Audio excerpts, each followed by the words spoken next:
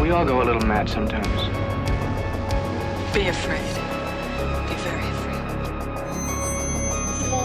They're here.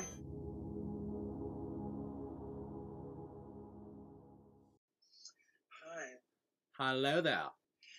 I am going to talk about this movie, and I'm late. And for once, you're not going to be in the sequel. Is that how it's gonna happen? No, I actually hope they don't make a sequel to this. I think that would not in even a shitty way, but I think I don't want them to expand anymore. True. So Well, you're listening to. Yeah, hold the fucking phone here, bitch. Don't forget that I need to fucking say my piece, okay? Thank you. Oh shit! I'm sorry. I thought you said your thing. Yeah. Oh yeah. Self-obsessed much. Yeah. Hair flip. You might not want to be in the sequel. Not usually your line. Yeah. Well, I suppose. Well, I definitely don't want to be in this sequel because I am not happy with this movie. That's for sure. And you're listening to They're Here podcast. A discussion, A dissection of all things horror und de macabre. Or as we say in French, macabre. It's probably not. Just cut out disembowelment. Yeah. I think, as RuPaul says, it's too many syllables for your mouth to work around.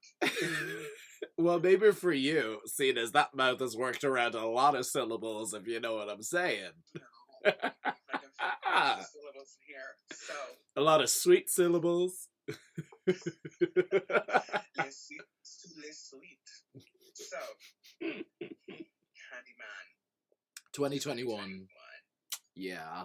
So we're going to do something just a little bit different with this episode today. It's going to be, we've only recently just gone to see this film for the first time in cinema. It's been an experience. It's been a minute since we were allowed to attend a film, in a collective dark theater. So we're going to give you... the first thing you've seen. And it's not actually, yeah, we went to see Akira, about a week ago? I was so happy with that. I think Akira is one of those movies that really, really lends itself to being in a dark room with good speakers. Yeah. On a big screen. It was Absolutely. Really good. I Yeah. had a great time. And it was kind of a nice reintroduction back into le cinema. Le cinéma. Yeah. No, I loved it. It was good. However, I did not like this movie. That's for sure. So, let's get into it. Let's kick it up. Okay. So, let's just go with a plot breakdown real quick. So, in present day, a decade after the last of the Caprini Towers fell, Anthony and his partner move into a loft that is in the now gentrified Caprini. A chance encounter with an old-timer exposes Anthony to the true story behind Candyman. So, this is kind of basically whatever Halloween 2018 was for Halloween, this is for the Candyman series. They're kind of picking up directly after the first movie and not going along with the second and third Farewell to the Flesh and Day of the Dead. Yeah, which I think is they're smart, ignoring but them. they've also kind of retained elements from those movies, the kind of art setting, the art gallery, the art world kind of thing. That was kind of quite prevalent in the second movie. Which I think people kind of regard as the only sequel, because the third movie is just a straight up slasher kind of bullshit. But many of my problems lie with. Oh, we're just getting straight into it. Many of my problems lie with the same thing, the same actual issues I had for Halloween 2018. I think my expectations were somewhere else. I'm not gonna say they weren't met, because I did like this movie, but I think in my head, being a fan of the original Candyman, my brain was like, oh shit, and then I watched it and I was kind of like, oh. Yeah, I think when it comes to my viewing of this film, I did come away from it very much feeling meh. I wasn't super into just how certain themes kind of came across. They were very on the nose at certain times, where I was just gonna say it, the whole kind of woke situation with this film versus the original film, because the original film was extremely subtle with it, and it did it in a very nuanced and almost just very excellent way, whereas this film was just blatantly telling you, like, hey, listen, white people are bad, you know, this and this and this. Gentrification was a word that repeatedly came up in this film, and it just kind of irked me quite a lot, because like there's so many subtle ways that you can introduce that into a plot line without kind of like just throwing it in the audience's face You and know making what? them feel I stupid. feel like that was very, very intentional, and I also like that it's kind of thrown back at the characters who are saying that, because it seems like the original movie, because I actually haven't read the original source novel from Clive Barker. Like, my The Forbidden. perception of Candyman is Tony Todd, Candyman. Yeah. I really, really like. I love that story. Like, it's very much so how I felt about the original Halloween. It was just one of those movies that like stuck with me like from childhood. And the reason I bring up the original Halloween and the 2018 kind of reboot is that I also didn't like the 2018 reboot of Halloween because my expectations were somewhere else. But I also think in this movie, they talk about gentrification a lot rather than just the cloud of racism. It's like one kind of very specific kind of faction, or one kind of very specific kind of facet to that. But they're talking about gentrification kind of at the start of this movie, and our main character is who actually ends up being our main character, his girlfriend, partner. Yeah.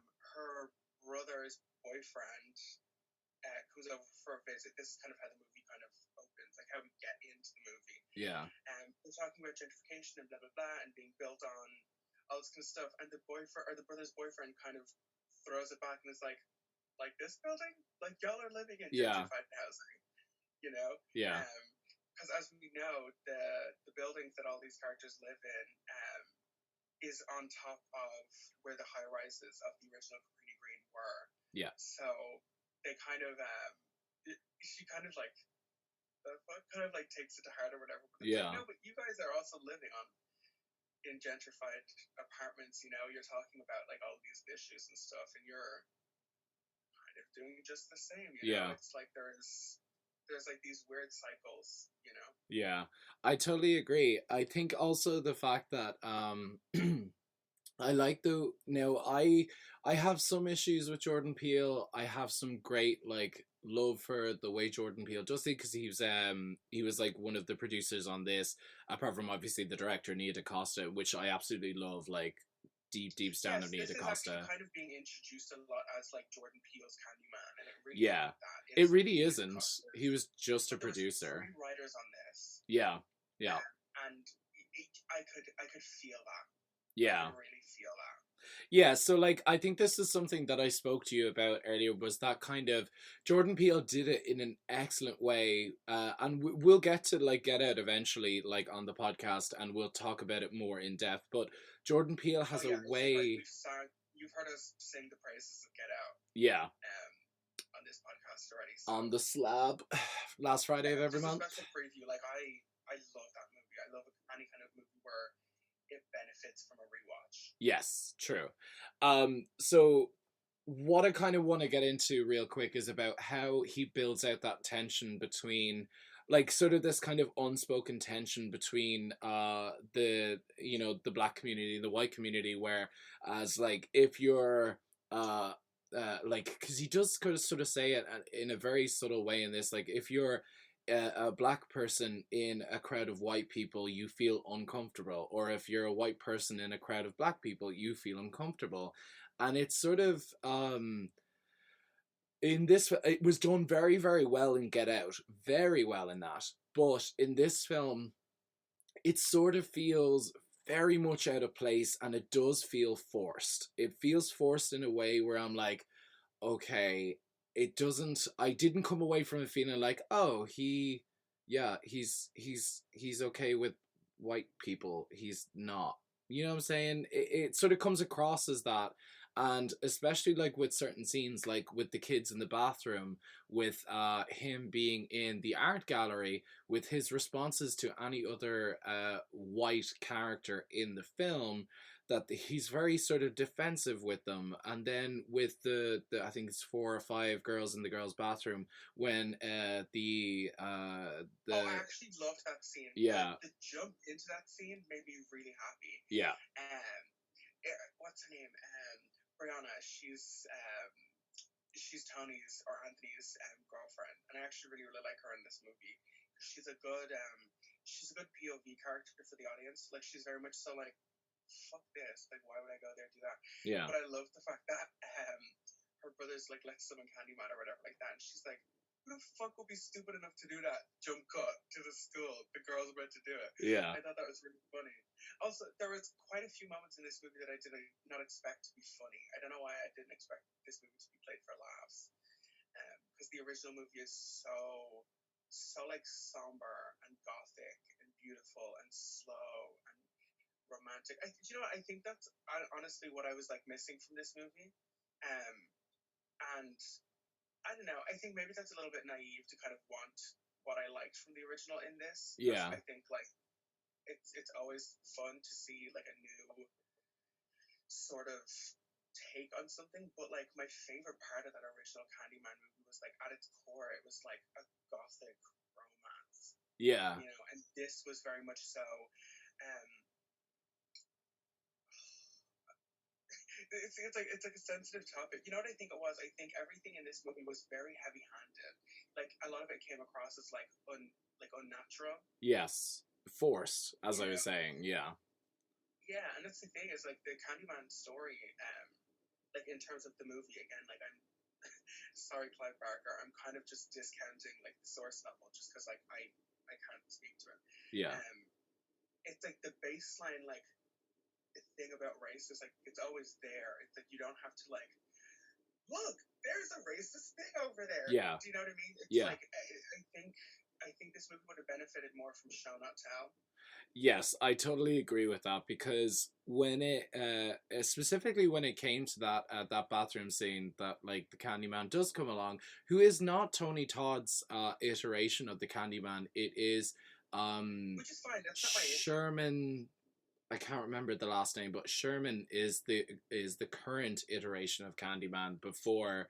Yeah. Just in case, pot spoilers, we're not fucking holding back here. We're gonna literally spoil this fucking movie. So you haven't fucking seen it, go fucking watch it and then come back to us. So yeah, fucking. You've had a week and don't come looking. No, not 1 week. You've had 2 weeks. You've had 2 weeks to like go see this film. I think all bets are off here. So anyway, so that scene in particular, it does seem so forced that like, yes, I think it's 4 maybe 5 white girls, and then the black girl comes in and she's sort of bullied by them, and then she's I won't say saved, but like she's just not part of the people who summon Candyman in that mirror. So like, to me she's fucked though, because she's fully gonna get the blame for that. Yeah, so like I keep looking at that and I'm going like, there's another example of that. And then in the gallery, when the art critic comes around, again, same as before when we're talking about the Midnight Meat Train, the fucking art gallerist, that like critic comes along and pushes Tony Todd's, descendant down the fucking rabbit hole, makes him go fucking crazy. Same with what's his name, Bradley Cooper's Leon in Midnight Meat Train. The art critic wants to suck off his dick, so he goes down a crazy rabbit hole, gets all crazy. Same storyline. Fucking seen there, done it. But anyway, it's white people. White people are bad. You know what? Actually, I think that that was their one. I'll tip my hat. That was their one kind of subtle thing, was that it wasn't like this movie was not a black people versus white people like movie. Yeah. You know what I mean? Yeah. Like it very much so was like everybody in this is involved.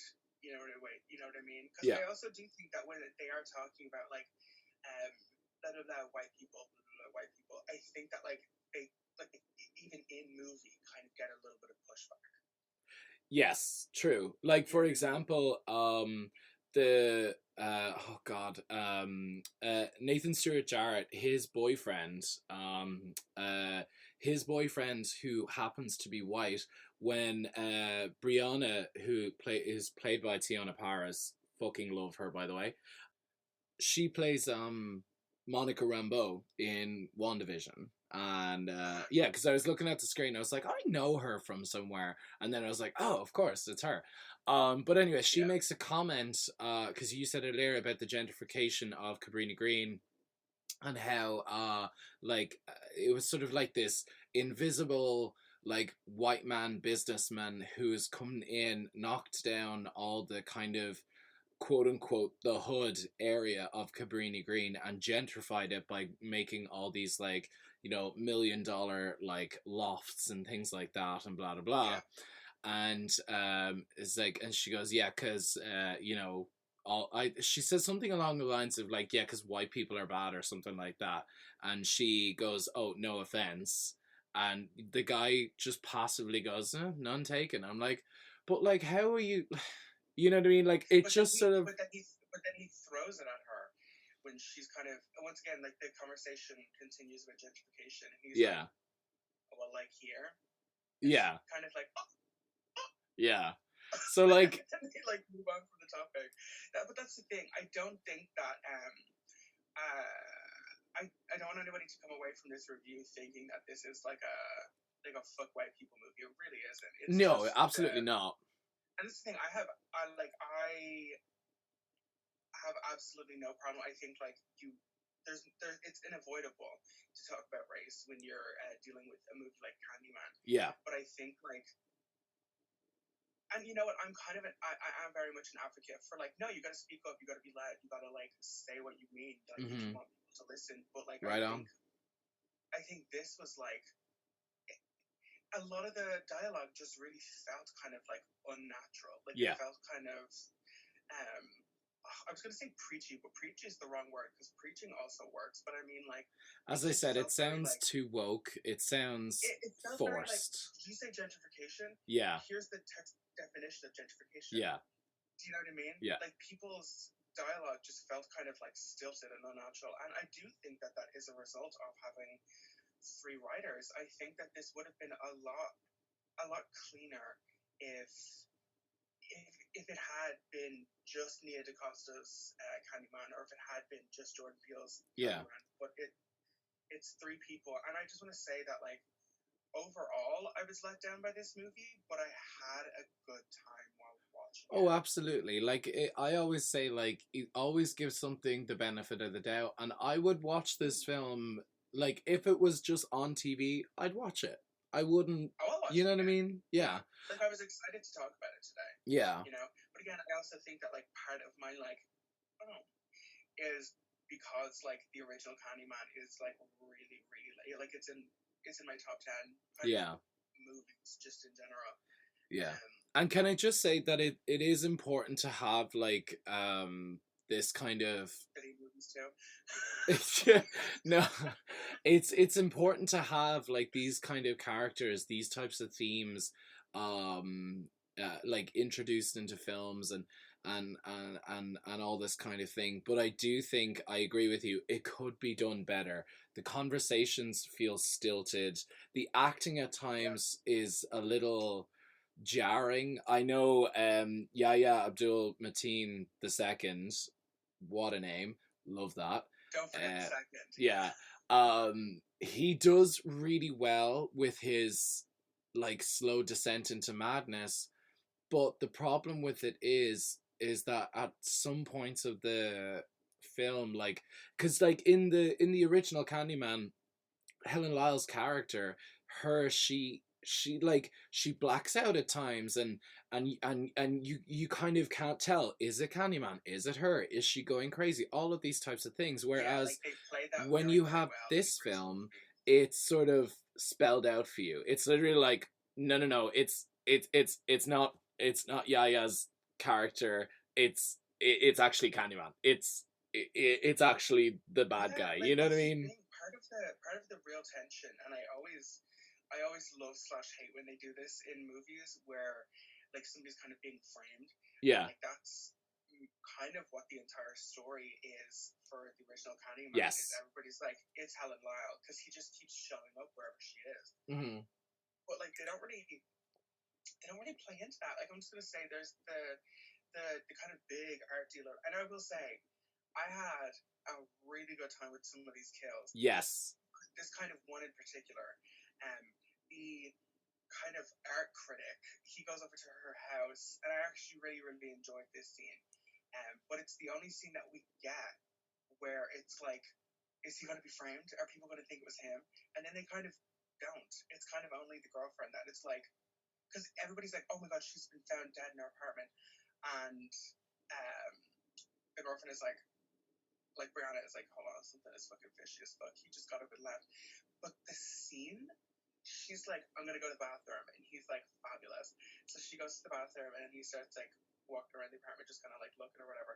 And then we get the like, it's like looking in a mirror. It's like him and Candyman doing the like, oh thing. And also one small detail that I will say that I really enjoyed and haven't kind of seen anything like before. The bees behind the mirror. Yes. I thought that was so cool. But he sees like the hook and all this kind of stuff. And I kind of like Candyman's. I was gonna say new look, but it's not really a new look. It's a new Candyman. It's just a slight redesign. Like Tony Todd, if Tony Todd was a little bit more pimp. Yeah. It's a little bit more 70s. It's like tan leather instead of like black fabric. And it's like sheep wool, instead of like fur. But he leaves, and we see this from the outside of her apartment, and it zooms out kind of slowly, and we see him leave, and we see her walk up, and then we see her just kind of like jerk up into the air and get she gets kind of like pushed up against the window, and then she's dragged across the window, and like there's just blood smeared across it, and then she's just thrown across the room. Kind of brutal. Yeah. For some reason, I actually I went and like searched for that clip last night because I was like, no, hold on, I have to see that again. The way she's picked up and just kind of, I don't want to say like, she's kind of turned into a rag doll in a way. Like, I don't mean that in like a bad way. Like it looks just very kind of like, oh shit. Yeah. It's also kind of one of those unique moments that we get in the Candyman series where we get to see what it looks like, what other people would see while a Candyman attack is happening. Yeah.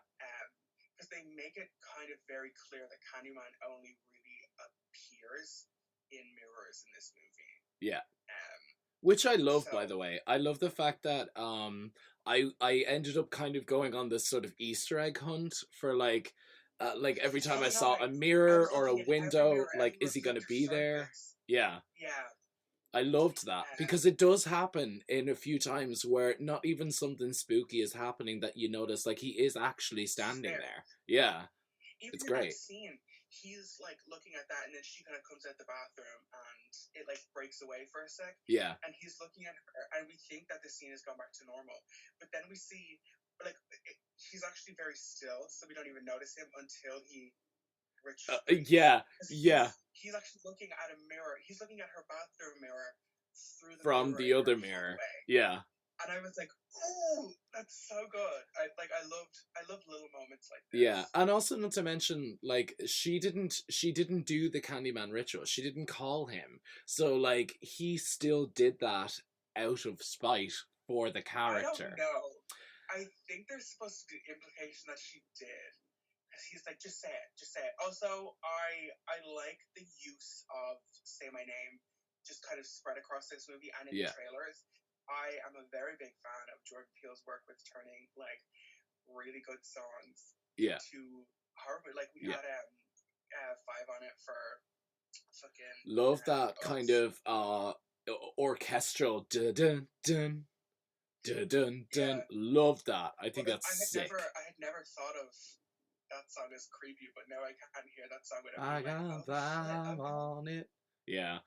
In this trailer, the fucking use of Destiny's Child's "Say My Name," I beautiful. was like, oh, That is so good. Yeah. That is so clever. Yeah. But I think the trailers, it's quite the opposite that problem that we usually have with movies and new releases and stuff. Whereas I was like, that trailer really sold me on stuff.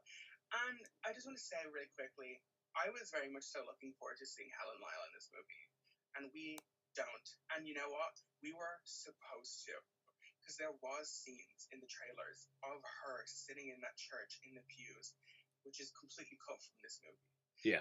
But I like the fact that the Candyman legend opens up with Helen Lyle in this kind of opening where we get to it's just after this kind of original gentrification talk. The brother of Brianna is like, "Ooh, have you heard? Let's like tell a scary story," and they tell the Helen Lyle story. But I also love the fact that he details wrong, because I'm like, that's the nature of urban legend. Exactly. Somebody will add this. So, well, I heard it was a woman who murdered blah blah blah, or she escaped from a whatever. You know, I like the fact that they got it wrong. Yeah. And I think I was very, very like. It was very easy for me to go along with the idea that, like, I'm just gonna spoil now. Candyman is not like a specific he. Candyman is like a what, you know. So I love the idea that it's like whatever Candyman you kind of like envision in your head, the story that you're envisioning in your head when you say Candyman in the mirror 5 times, it appears. Like if somebody was to hear the Candyman story and it was only Helen Lyle, it would be Helen Lyle. It would be her. Yeah. In the mirror print, or if they had only heard the Daniel Robitaille, because they do keep everything in canon. Daniel Robitaille being the original Tony Todd, he would show up in the mirror. You know, I kind of like that idea. You know? Yeah, they do it in a very interesting way where they use that idea of mixing the truth and as it's like Chinese whispers. It's like one person hears it from that person, they change it a little bit, then the next person says it, and it sort of kind of evolves every single time. But I do love the idea that's introduced toward the end of the film where of course our protagonist, I keep forgetting his name, Anthony, when he... Or Tony. It's easier to... Tony, yeah. People call him Tony. Kind of, I think, reference to...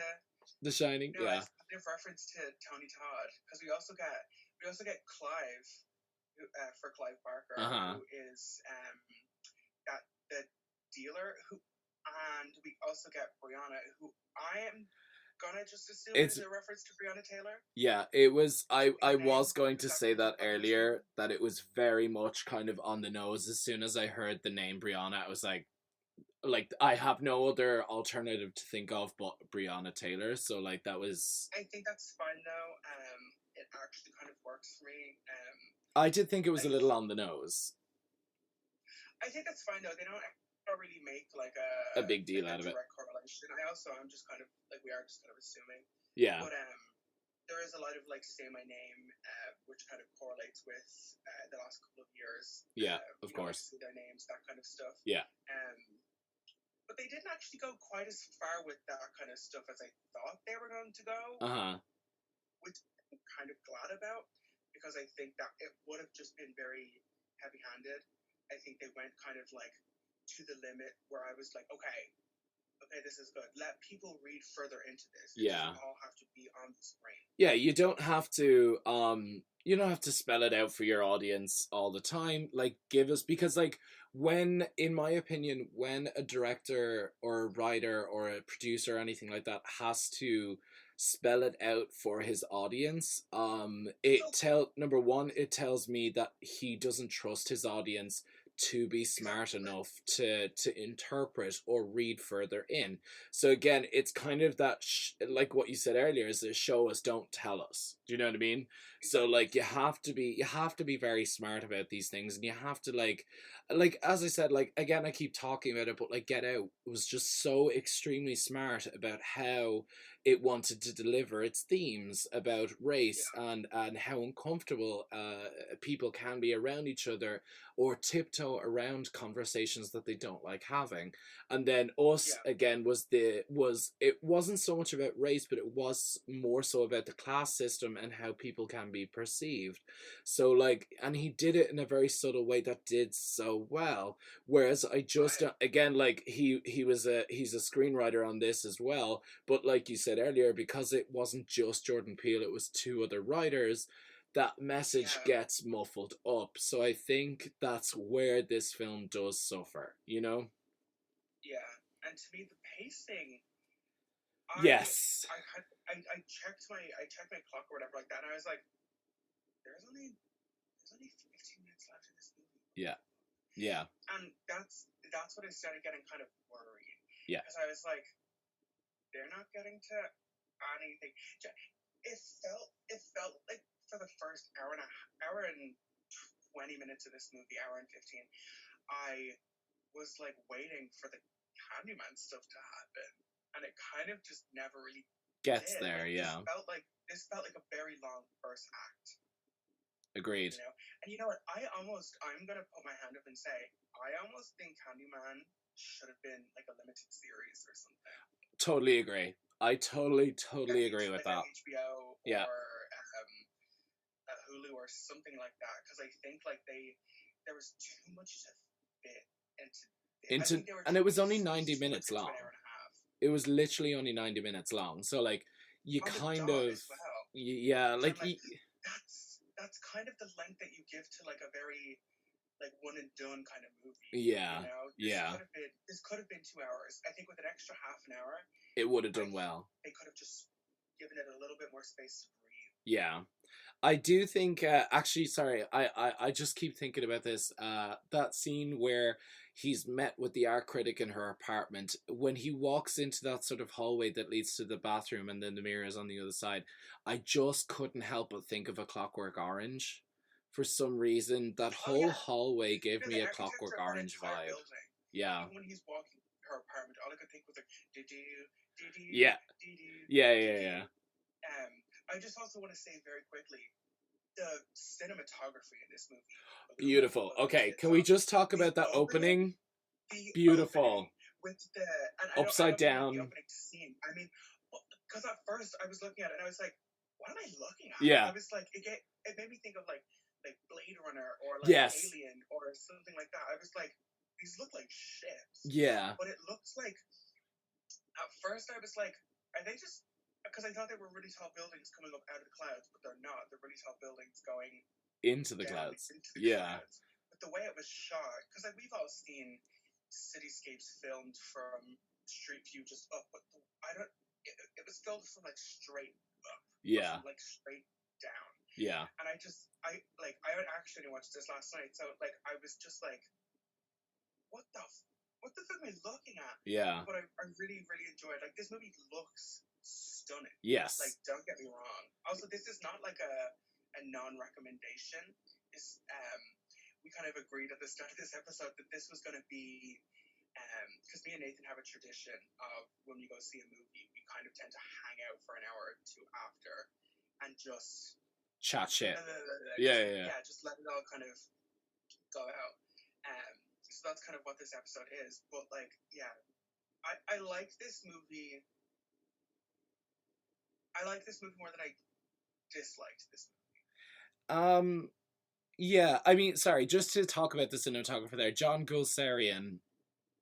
Loved this opening shot. It was like a dream. It was a dream to look at that, and I was like, that's such like, and I know it's like it's the opening credits and the scroll and blah blah blah, but like I was completely ignoring the script that was appearing on screen and just like watching. Oh, same. I was hooked. Oh yeah, like it was beautiful.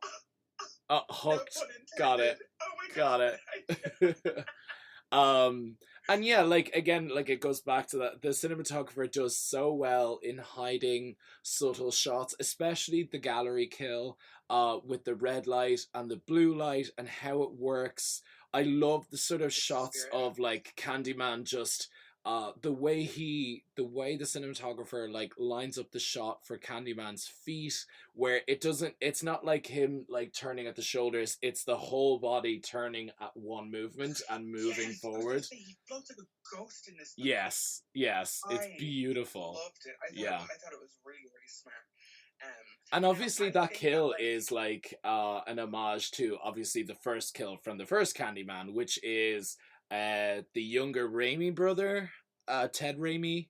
He's the first one that dies when he calls. Oh no, sorry, it's his girlfriend that dies first, and then Candyman kills him afterwards. So like, it's an homage to that, of course, as well. That kill always like confused me as a kid, because she gets like skewered, but the blood is like flowing through the ceiling, like it's flowing like through a whole floor. Yeah.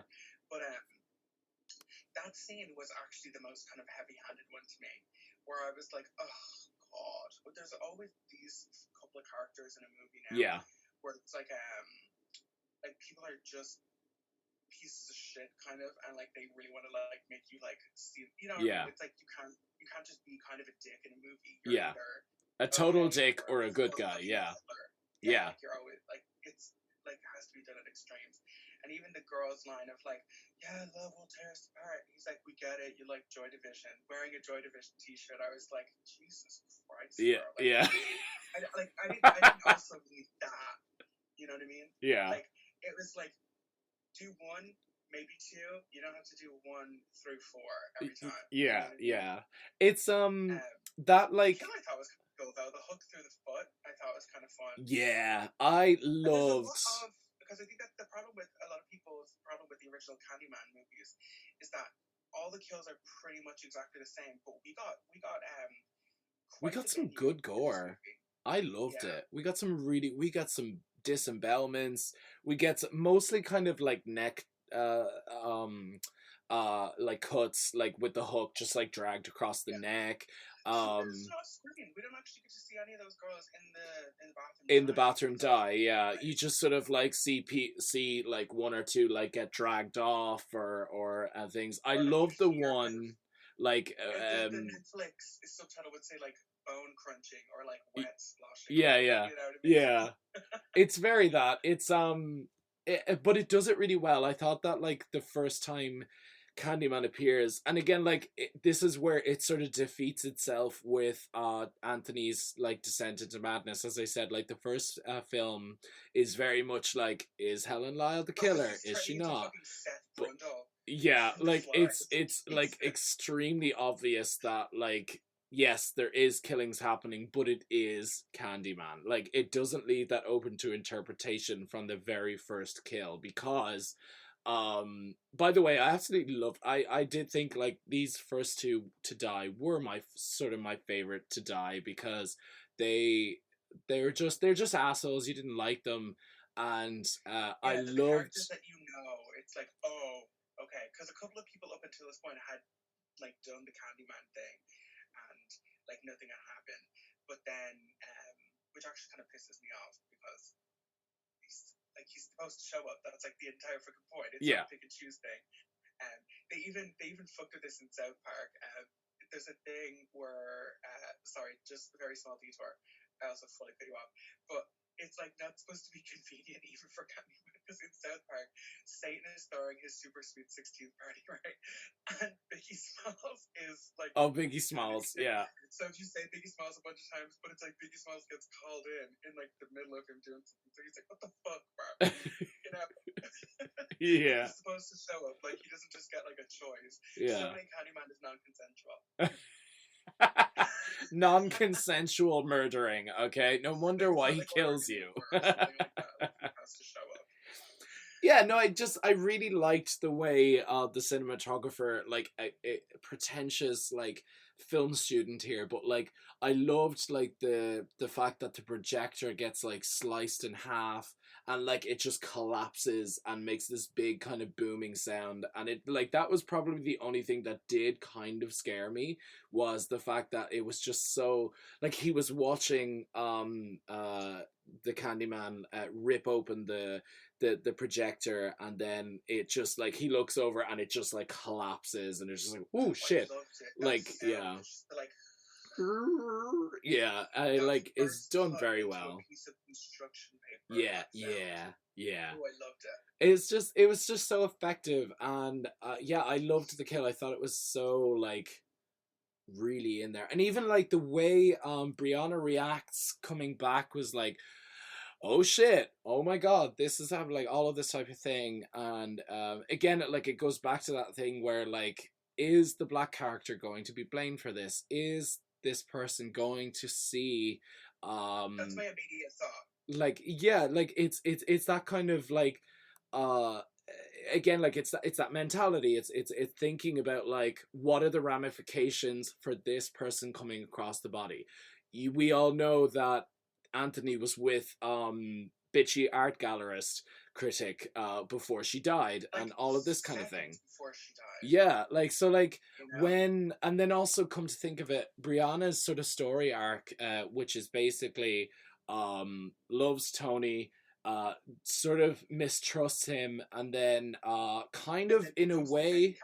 yeah, she kind of in a way begins to not like Anthony anymore. I mean, I know obviously like he becomes sort of so. like closed They off. kind of break up in the middle of this. Exactly, yeah. Like she becomes closed off to him, and then they break up, they stay away, all of that kind of thing. But like during her kind of the mid part of the film, where she like, I want to say like her career starts taking off, like she's having dinners with like bigger art gallerists and things like that. It was like, you could come work for us and all these kinds of things. Well, though, exactly. And like she begins to like, are people gonna start to think that she's like knocking people off yeah, to get up in the world? Because they make a bunch of points about being like, oh, if Clive had never died, you'd never have been here. yeah, Or thank God Clive's dead because now you're free, or whatever like that. yeah. So it's like I was like, oh my God, are they gonna implicate her for like the fucking the murders or whatever? You know? Yeah. But also like because I of wish Anthony's they had played into that a little bit more. well, they did in a way, because of Anthony's sort of like rise to fame based off of the Candyman paintings, and then the murders, the subsequent murders that kind of follow. She begins to become a kind of like that scene where it's like it says something on the wall about like, you know, you're in the wrong place, or so do you know you're in the wrong place, or something like that, in that gallery. With, and with like SLY, or with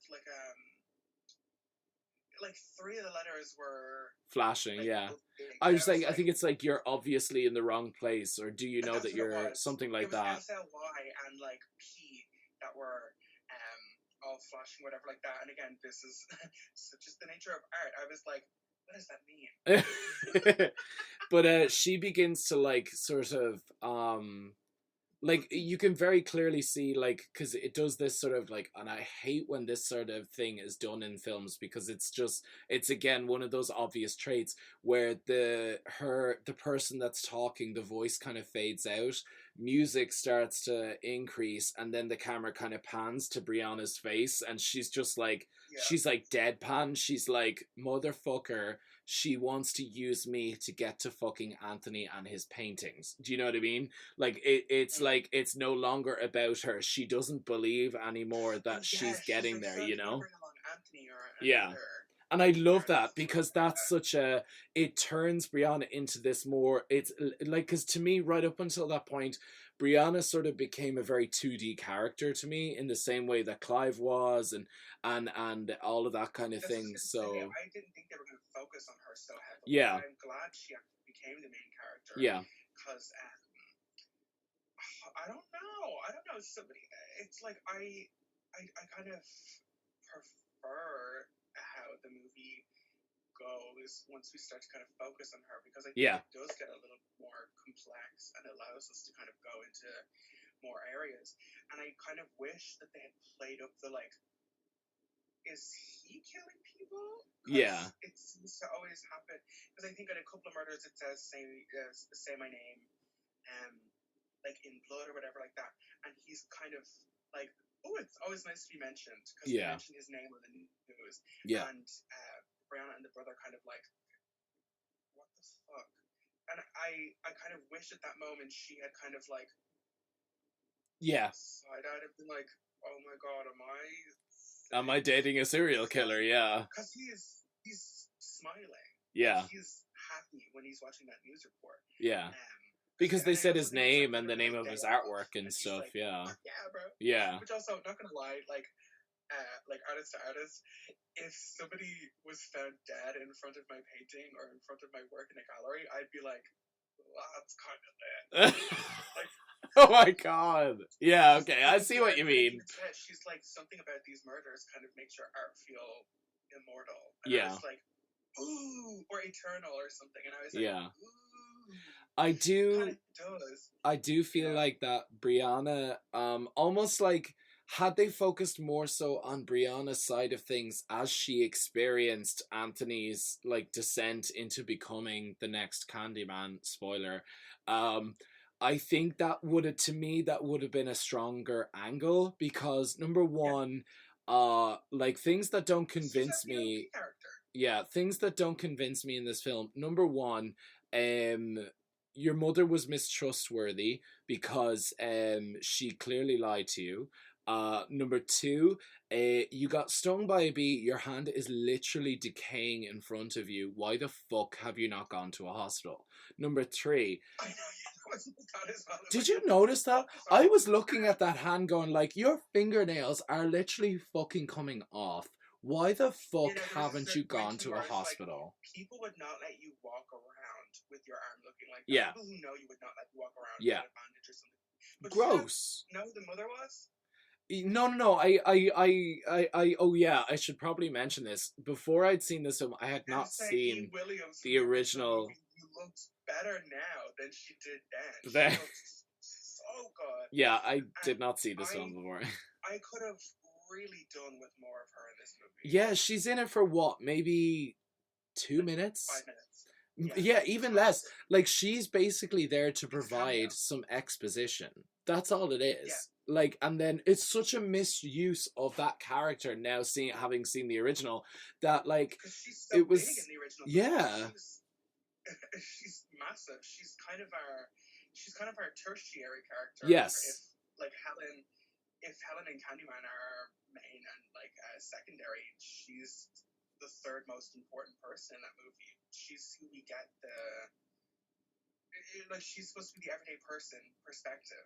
Yes. You know? Absolutely. I totally agree. The issue that I had with, like, how do I want to say it? The sort of like the last kind of leg of this film was it took like such an immediate kind of left turn into like he's suddenly crazy, and then God, I forget his name. Basically the laundromat. Yeah, like he's another one. He is an expositionary dump character. He's there to basically provide the background. William Burke. He's basically there to provide the background for the Candyman myth, right? And then all of a sudden, boom, Jesus, right ahead, he's crazy, you know, and like a one-man cult of Candyman, right? And it was just like it was so out of field, and like because the like for most of the film, apart from the beginning where he introduces the idea of Candyman, most of the time he's trying to warn Anthony's character about like how bad this is and how crazy it can get and how much the community feared him and all of this kind of thing. And yet all of a sudden, boom, he just suddenly turns into this like, you know, practically a Hare Krishna for a Candyman. It was fucking crazy. I couldn't believe it. I was like, where the fuck is this coming from? He becomes like a weird kind of like Renfield. Yes, that's what I thought was a Renfield character. Yeah, I actually didn't like it. I didn't like it at all. I think it became too much of like a. It made it not what it is. Like this movie was not about Candyman enough. Yeah. For me. Yeah. Yeah. I wanted this to be. I think that it should have tonally shifted. I think we should have had Tony be our Helen Lyle character, be our main Yes. character for the first half, and then I would have loved to have seen, because like in the original movie, Helen's husband or Helen's friend, I would have loved to have seen it turn around and have Brianna be them, because she is like the idea of seeing like, okay, like an outsider's perspective of, do I think my boyfriend is a serial killer or whatever it is, but there's kind of not enough of that. Yeah. It's just, this movie just like, it felt like it just kept like ratcheting up to somewhere, and then there was no payoff. Yeah, there was no payoff. There was just so much build up, and then it just fell flat. And yeah, the best, like, it's sad that the best part of this movie were the opening credits. Yeah. Like, I'm really not gonna lie, I totally agree with you. The other kind of scene that I like that came along with the opening credits was, and I said it to you, it gave me Pennywise vibes. The scene where the kid is like, William Burke's character is asked to go down to the basement to throw some clothes into a washing machine, and like it just gave me like like Pennywise vibes. You know what I mean? Like I can imagine Pennywise like suddenly lurking into Cabrini Green and like hearing about Candyman and being like, ooh, that's a good idea. I know I can scare some kids with that and do that. Do you know what I mean? Especially the way he crawls out of the wall. First it was the hand and the hook, and then the foot comes out, and you're just like, He does this kind of like humming kind of thing, and I'm like, I just got like, I got Pennywise vibes from that. And it does it so well because like the first thing you see from the kid's perspective is the hand reaching out with candy. And I'm like, ooh, ooh, that's good. I liked that. But then it falls flat because it's also explained that like the police are obviously looking for him, and Sherman Fields, who happens to be the current iteration of Candyman before Anthony kind of takes over the mantle, is killed right then and there in the basement. And because the kid drops the candy and the policeman hears it, and again it's one of those like very much on the nose kind of things, because they realize that the killings of kids are still happening because I think it was like razor blades were still appearing in candy or something like that. Which again is such an urban legend, like that just doesn't happen. Yeah, exactly. Yeah. It was like, how do I explain it? It was very much on the nose, and like again it made me think of do you remember Sleepy Hollow? When the headless horseman, the Hessian as he's called, goes across, and he comes across the two girls collecting firewood, and he goes shh. And what does she do? She gets the twig and she snaps it, and they all hear it. It just immediately made me think of that scene when he drops the candy on the stairs, and I was like, oh, shit. To me, like that wasn't intentional, though. I don't think. Like, oh no, it was completely unintentional, but it just made me think of that scene, and I was like, But I also just, while we're kind of on that scene, it was actually going to be my next point. I think part of also I just want to say, go listen to a Black reviewer's fucking like thoughts on this as well. True. Because like this is like a lot of this is kind of like from the outside looking in or whatever, I guess. But I also think like it is just an initial reaction to the film. So like this is not, by no means is this an in-depth review, as we said at the beginning. Like this is not an in-depth review of it. It's more just like it's more just like our like initial thoughts, you know what I'm saying? That's all it is. Yeah, like you're not coming here for like a race theory. Absolutely. Yeah. You know? But I think that part of why I was a little bit why I felt a little bit disappointed, because I was like, oh, it is like the perfect time and place now for a new Candyman. And I think they got some points that I like. Like, I love the idea of them comparing the police to like the bees. Like, there he says like the swarm is here, or they swarmed him, like that kind of thing.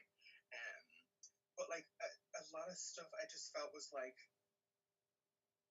oh, like I just like in my mind like ideas were just popping in and out for stuff where I'm like, they could have put that there, they could have done this, and it would have made me so much happier.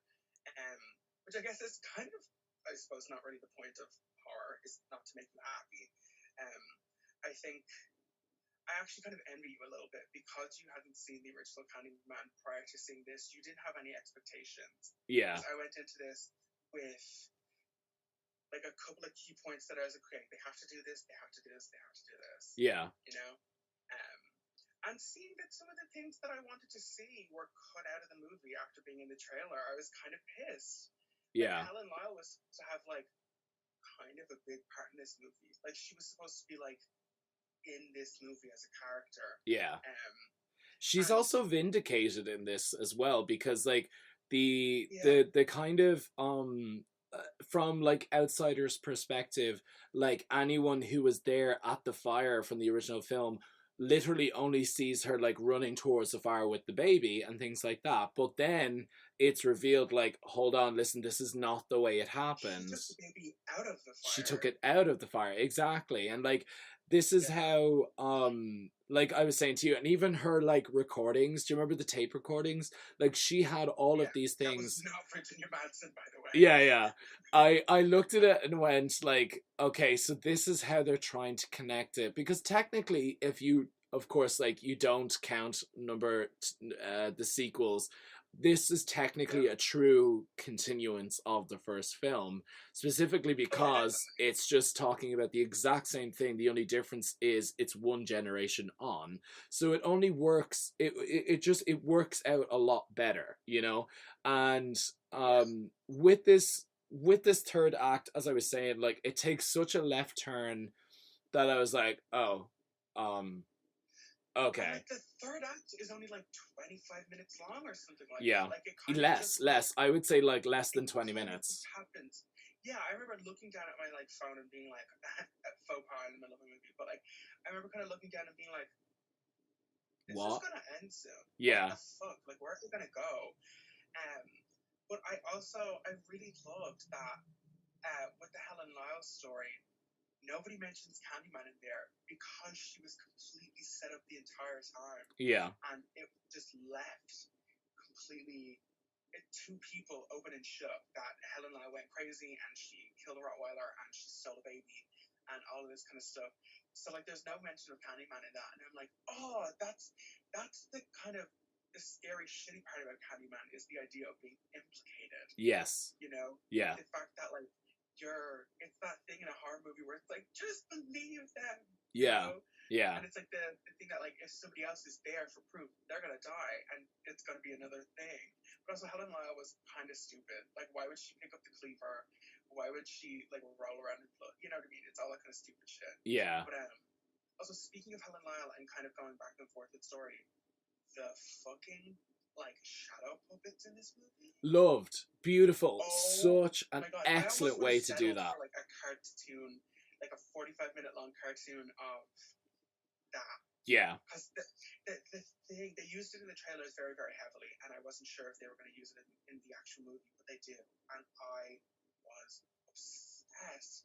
It's like the one shot where they actually start talking about Daniel Robitaille, Tony Todd's Candyman, with the hook here and the exposed rib cage. I thought it was stunning. I thought it was really, really stunning. I would love to see like a pop-up version picture of that. I think that would be. I would love to see that. Yeah. And I don't want this to like end, you know, like, but I don't know where they're gonna go with this. It's like I liked the ending. I'll be very fair. Get Tony Todd in this movie. I'll be maybe like 5 seconds. Yeah, I will be very fair with you. I really don't think they're going to. I don't think a sequel would I don't think this film would justify a sequel. I really don't. I think No. had they given, it's tragic if you leave it where it is. yeah, it's had you given this story over to Brianna's character rather than focus on Anthony's character, I think it would have been more compelling, because number one, you have her thinking he's the one doing it and then finding out no, or implicating herself in the murders and trying to find a way to prove her innocence. I think that would be such. They start to go there. Yeah, exactly. That's what I mean. They start to go in that direction, but they should have gone from that from the very beginning. From the first murders in the galleries, that's what they should have done. And because because I think they should have done it exactly the way Kubrick did it with Wendy, is she's viewing Jack's madness and slow descent.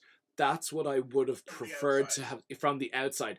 That's what I would have preferred to have seen in this film. I kind of didn't like. I think that's where I have the real problem with this film, is like it was just too much spelled out to us. It was messy. It was too spelled out.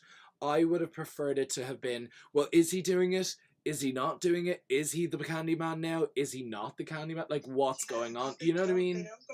They don't go far enough. Yeah. Because she only kind of suspects him in one of the murders. Yes. And even then, she doesn't did you kill her or anything like that? She kind of just, they kind of just freak out at each other. They kind of just fight about something. Yeah. And then he leaves. I can't even remember what the argument was about.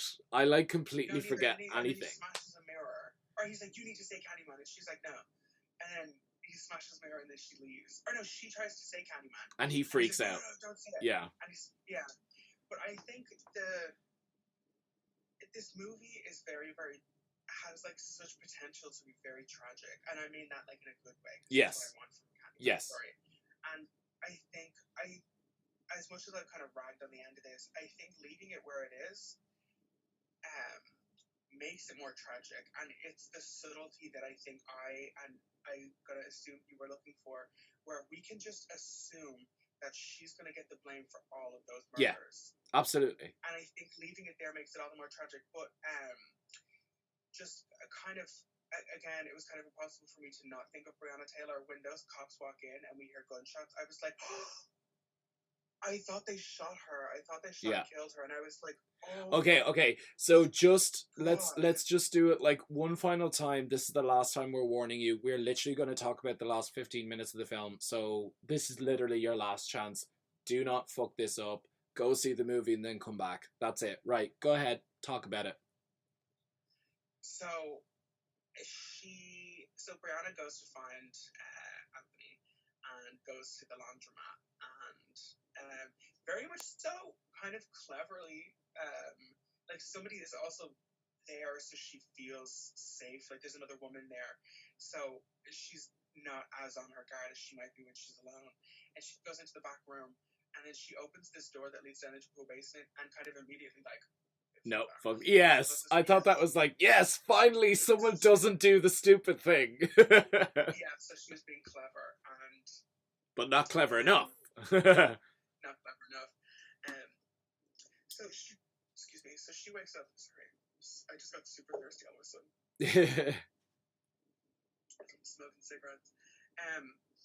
She wakes up kind of in, I'm just gonna say the Church of Candyman, in a weird, because I'm also not understanding exactly the location, because she goes down into this basement. Yeah. That also leads directly to the church. Yeah, it's directly connected to the church on Cabrini Green. It's this sort of it was a chapel. It was a place for people to congregate and blah blah blah. And he's just almost like a hermit. He's sort of transformed this church into the lair or the kind of ritualistic chapel for the Candyman mythos, you know?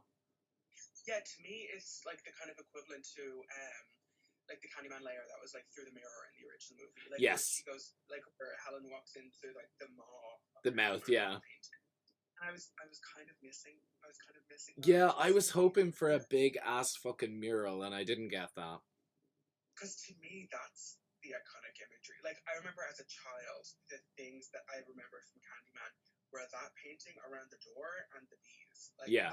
Those were the things that were like burned into my head. Yeah. Even over like Tony Todd's face or anything like that. Like, those were the things I remembered from childhood.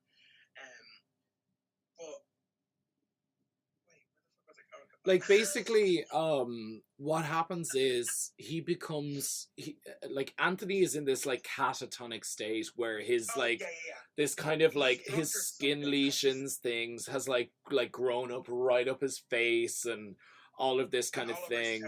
Yeah, like he look like these things. It looks like he's been burned. Yeah, like he looks like a victim of a really, really bad either gangrene or an allergic reaction or something along those lines. Yeah. And like your man basically is like, well now, like I called the cops, like I think he says like before like Brianna is like, cause she's knocked out and then she wakes up and he's like, I called the cops like 15 minutes ago and I told them there's a crazy man with a hook who's killed someone, and I think he like says like he's doing a quote unquote white voice. Yeah, like he's trying his best to like, Mister, there's a guy down here with a hook, he's gone crazy or whatever like that. Yeah. Sort of thing. And wait, it's at first I was like, wait, who's saying that? And then I was like, okay. And like, and in a weird way, like I found that like, because again, like it is sort of like this last kind of like, I want to say 10 minutes of the film is like, it's like the penultimate of like what has been happening over the last 3 years in America. It's sort of this like, it's, as I said, like it's very on the nose for what Jordan Peele is trying to say. And and it's also the most subtle part of the movie.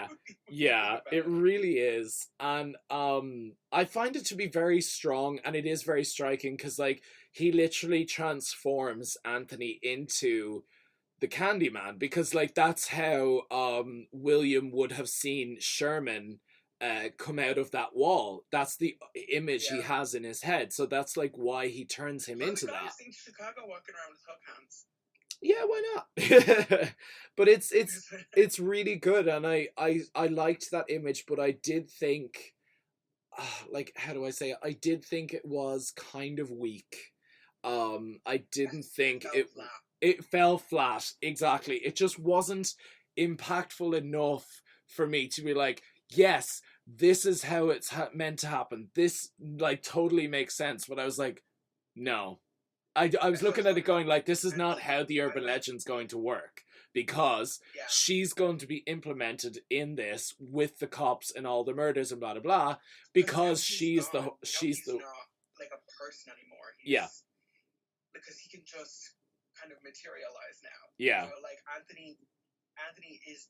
I'm just gonna say, like, when she wakes up, Anthony's dead already. Like, yes. Anthony is like, he's gone out of the movie. Yeah. The lights are on, nobody's home type thing. But like, and believe me, I went into this movie fully prepared to yes, bitch my life out, because like also, part of this, I just want to say, this is the first movie that we've jumped into that was delayed because of COVID. Yeah. So we had waited for this movie for a long time. Yeah. So I remember being just so hyped and so ready, and like it being a sequel having Vanessa Williams. Yeah. And I was like, oh fuck, they're like, so they are directly connecting it. And yeah, it just fell flat. And really, I think it was kind of just a missed opportunity, because I think, like I said earlier, I just think that like now is the best time to kind of readapt and re-look at the Candyman mythos through kind of today's modern lens. But just for me, it just fell a little. Yeah, it was, as I said, like there is some good points, there is some bad points to the film, but like in all, it was just meh. It wasn't scary. It wasn't scary, and that's the one thing I was really looking forward to be sitting in a cinema again in the dark Candyman is on my fucking own. scary. He is. He's fucking scary, and like, Okay, yeah. really quick, because we definitely will do it one day. What? Just a quick, like, 2-second thing. Did you like the original Candyman? I preferred the original Candyman more. I 100%. Really, like, yeah, it's stunning. It's to me, it's like a perfect horror movie. Yeah. The score, the visual, just Tony Helen. Yeah. Tony Todd's voice, so like, ooh, yeah, it's so good. yeah. And yeah, we do get him at the end, and for a moment, I did like, okay, where? Like, I loved it for a moment where at the end, it's literally the very end. Do you mind me saying it? Yeah, go for it. So when she's in the car, we get this kind of, and I actually loved the visuals of like the kind of swarms of bees of him, like he's like half man, half like swarm of insect, and we kind of get this like rotating thing of seeing the other Candyman, Yeah. kind of like shuffle through, and then she gets out of the car and there's all these dead cops around, and it's like, you know, she's going to be implicated because she's the only person there. She can't say it's Candyman. Her fingerprints are literally everywhere, and on the murder weapons. Yeah. And then we see the cop who is like threatening her, because it's actually kind of told to us explicitly, where he's like, "Are you going to go with my story, or are you going to spend the rest of your fucking life in jail?" Yeah. We see that cop run away, and then we see up until this point a faceless Candyman who is just kind of, his face is a swarm of bees, like attacking this cop, and then he turns and we get like a quick shot of like a de-aged Tony Todd looking at her, and she kind of has that same kind of Virginia Madsen thing of just the like being kind of like in a trance, because Tony Todd is a sexual god. Human chair of the week. That, like, he turns around and he's like, tell everyone. I was like, ooh, okay. That, I kind of got my life for that a little bit. Yeah. Like, and he does that thing that again. like, he does that thing where he's like, like the kind of like he kills the policeman. Just the rotate in place. Like the whole body just turns in unison and floats towards her. Scary. It actually almost kind of gave me like almost Nosferatu vibes. It's like the body turns and then kind of the head turns. Yes. Yeah. It was kind of like expressionistic. But, yeah. I honestly think this movie would have been so much better served if they had just gone with Tony Todd's Candyman. Yeah. Yeah. I do think like there really is no need to improve on the original canon, which was the rubbish, like that kind of myth of him like falling in love, them having a baby, and then him being like covered in bees or honey, bees set on fire, hook cut off, all that type of thing. I think that is kind of fascinating enough. You can tie it all back. Yeah. You know? It's like, I think it just seems a little bit arbitrary to create a whole ass new Candyman. Yeah. Versus like having artist relate to artist, and I think they could have skipped out on. And again, I did enjoy the idea of Candyman being a what, not a he, but I think it would have been a lot cleaner if it had been Tony Todd's Candyman. Yeah, absolutely. And was like interacting with. Yeah. Just because like Tony Todd is Candyman, and that's all there is about it. Yeah. Although, as you just said there, I do like the idea of there being different iterations of it, as Candyman is the title, and then there's different people that embody that over time, and I do enjoy that because like it is explicit, like William Burke does say, like it is because of like great. It's like The Grudge, like what we spoke about in The Grudge, where like it's vengeance embodied. So like it's people, specifically people of the black community that have been wronged, and like that violence is left over, and it just becomes the mantle of the Candyman. Do you know what I mean? So I find that kind of thing very interesting, but I think it just was misused in this way in this film. I thought we were gonna get a time loop. Genuinely, I really did, because William was kind of talking a lot about like everything is like cyclical, all this kind of stuff, and then the idea that like everything happens in the same spot, like literally like on the spot where Daniel Robitaille was killed. Yeah. Like where he was killed, I think it was like he was tied up to a tree stump, or like chained up to a tree stump or something like that. And we see in the original movie that this is like pre like industrial Chicago, like Chicago being a big city. Yeah. And then in that like that laundry room is basically like the same spot where it happened, you know. So it's like I kind of thought they were going to focus on location, because Helen Lyle also became a Candyman in that same spot. Yeah. So I thought they were going to focus on kind of location and like kind of something like is something kind of being cursed, or there being kind of like a generational kind of cycle. Yeah. You know, I also love again the fucking 2 minutes that we got of Vanessa E. Williams, where she's like, "What's going on?" and he's like, "Candy," and she's like, "Yeah, say that." Yeah. She's like, "We don't do that here." I was like, "Oh, it's good." And the idea of like kind of erasing somebody from history, that to me is like real horror. Like, we don't even say their name anymore. Like, that to me was like, ooh, like if I was Daniel Robitaille, that would have hurt, bro. Yeah. So, you know? The last thing. I only showed up to people who fucking called my name. He didn't go around murdering people, you know. Yeah. Like, well, he did, but like. only when they literally asked for it. Yeah. The Candyman mythos is that you say his name 5 times and then he comes and kills you. Like even in this, where Anthony is like first introduces the idea to the girlfriend or to Brianna, he's like, the main thing is you say Candyman's name 5 times in the mirror and then he appears in the mirror and kills you, and he's like, let's do it. And I'm like, what's the appeal? You know what I mean? I get it's fun or whatever like that, but I never fucked with any of that Bloody Mary Candyman shit. Even in our intro, our little sometimes you guys may hear them. It's our little like testing 1 2 1 2, but that's boring. So we always try and come up with some fun. Yeah. Our thing for this morning was I said Candyman in my mirror 4 times, and I hadn't said it a 5th. I don't do all that. All right. So the kind of the last thing I wanted to talk about was getting back into the cinema. Yeah. I was sitting on my own in this cinema, and I had the shittiest time because now we're all like evenly spaced, like 2 meters apart, blah blah blah. So this like the seats in front, behind, and directly next to me are all gone.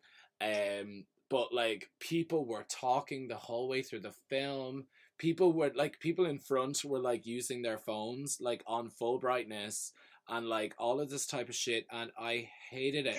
Bro, fucking theater. Like, why did you even bother paying the amount that you paid into the cinema to fucking talk through a film, or like go on your phone and scroll through Tinder and Instagram? Like, what the actual fuck is your issue, mate?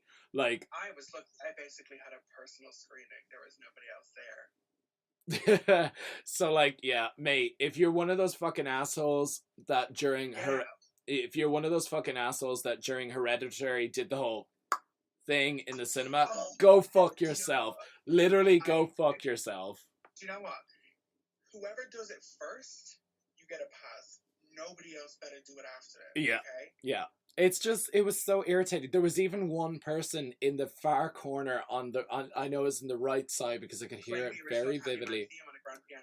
No, they were on WhatsApp, like they were like blah, blah, blah, blah, blah, blah, blah, with their phone, and then they were playing it back next to their ear, and I was like, everyone else can fucking hear you, you fucking cunt. I hate you. For someone and they said they were in this, I would hang up because how dare you? Yeah, fucking gross. But like, you know what? Actually, when I went to go see, confession, I paid money to go see the Flatliners remake. Don't judge me. But me and Emma, my friend Emma, shout out to you, Emma. Shout out, and I actually love Emma for this because like she is so that kind of girl. We were like in a kind of a small screen in view, and the entire front row was like this friend group, but they were like talking at this level. Like I'm not gonna lie, if it's a movie that we've seen before, I'm very much so like a lean over, like, right into your friend's ear and, like, like, so your friend can barely hear you talking. Yeah. But if I can hear you talking from basically a cinema away, you're too loud, right? And she was like, and she actually out loud went, shut up. And they didn't. So then she got up. She goes, I'll be back in 2. She got up. She went out. And then she came back in a couple of minutes later and she was like, the whole front row got kicked out. Love it. Yes. Queen. Yeah, I love that. Love you, Emma. It's the kind of hero that our city needs. Yeah. All right. So, third week of the month. Again, we're leaving it up to your decision, voguing while I'm doing this. Ka. Boom. Yeah. So now that we have the opportunity to go back to the cinema, and hopefully some cunts won't be fucking talking during the fucking film, my next choice is Malignant, 2021. It's just out in cinemas, like, I want to say a week ago by now. And I'm seeing ads for it everywhere. Yeah. Directed by James Wan, who did obviously Insidious, The Conjuring, also Aquaman as well. Yeah, so like I'm super into it. 5, like, Fast and Furious movies, of course. So like I'm super into it, super down to watch this because of course James Wan doing horror. He is sort of like good. I'm not the best fan of jump scares, but I'm still happy to watch them. So like James Wan, you can literally scare me up the hole if you want. I don't mind. So yeah. And my pick for this week is Ginger Snaps. Gross. Early 2000, actually the year 2000. Kind of teen chick werewolf movie, and I have always really, really liked it. What's her name? Catherine Isabel is Ginger. I love her in this movie. I think like she just plays like a really good bitchy teenage werewolf bitch. So it's a bitch that's a werewolf. Cool, got it. So yeah, I love this movie. That is our I'm not gonna say retrospective because it wasn't. It's purely just an initial quick ass review of the new Candyman movie, directed by Nita Costa and based on, of course, Clive Barker's novel, not of the same name, but called The Forbidden. So yeah, it was pretty fucking awesome, and it was meh at the same time. Yeah, who knows? I might come around the same way I did for Halloween 2018. As I said, I didn't like that movie when it originally came out, and now I like it. You're a deep give stan. Me a couple of months. I'll keep you guys updated if I end up falling in love with this movie again. I just take another rewatch or so. But yeah. So those are your choices. Sound off in the. It's got a bus to catch. Yeah. Is the bus still running? So yeah, make sure to like, subscribe, leave comments down below. Let us know what you thought, good, bad, indifferent. If you have any movies that you want us to watch, hear what we want to say about it, be sure to let us know, and make sure to go follow us on our Instagram at They're Here Podcast, for some updated daily content. So yeah. Yeah. Unpleasant dreams.